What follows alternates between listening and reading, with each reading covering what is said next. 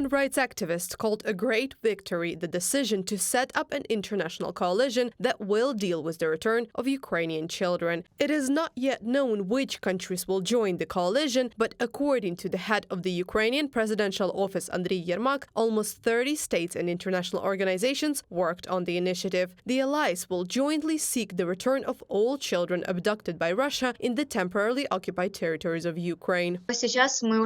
Now we are already taking the first step to turn political initiatives into legal ones. And so creating a coalition to support the return of Ukrainian children can also help us create a single legal mechanism for the return of these children. Canada is the head of the Children and Armed Conflict Group within the United Nations, so it has all the contacts that are needed. It can also create a whole network of support for Ukraine from other states, and not only the global north, but also the global south.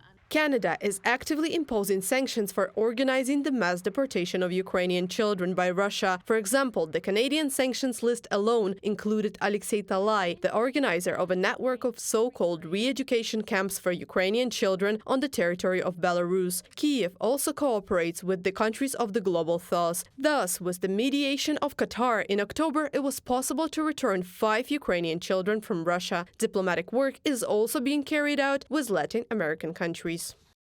There are opportunities of cooperation with Latin America. This is not a futile option, as pessimists claim, saying that the Global South will never support Ukraine. And if there is someone to work with, we will work. Our agenda in Latin America is the return of children, implementation of the peace formula, reforming the UN and countering Russian propaganda. Olena Kondratyuk, Deputy Chairman of the Verkhovna Rada of Ukraine, in an afterwards column for the Ukrainska Pravda. Russia has set up an entire system of kidnapping and so-called re-education of Ukrainian children. According to human rights activists, at least 46 special camps are opening on the territory of the Federation. Another 7 camps are located on the territory of Russia-occupied Crimea and 8 in Belarus. According to the Ukrainian Presidential Commissioner for Children's Rights, Darina Gerasimchuk, children are deprived of access to information in these camps. They try to convince them that their parents have abandoned them. Children are subjected to psychological pressure. Since the beginning of 2023, more than 8,000 cases of abduction of Ukrainian children by Russia have been recorded. And in the territories temporarily occupied by the Russian army, the occupants are conducting propaganda work in the schools.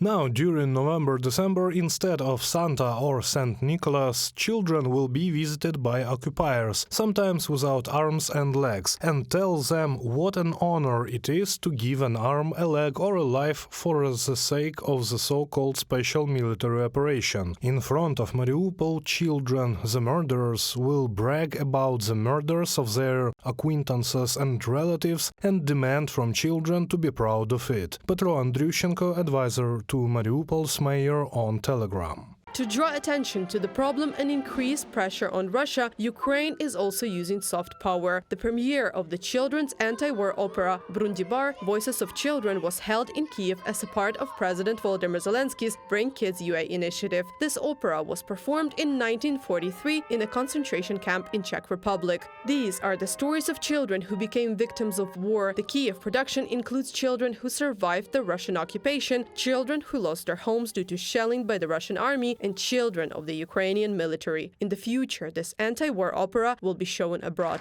Reported by Anastasia Tarnavska, Danila Kobza, UATV News.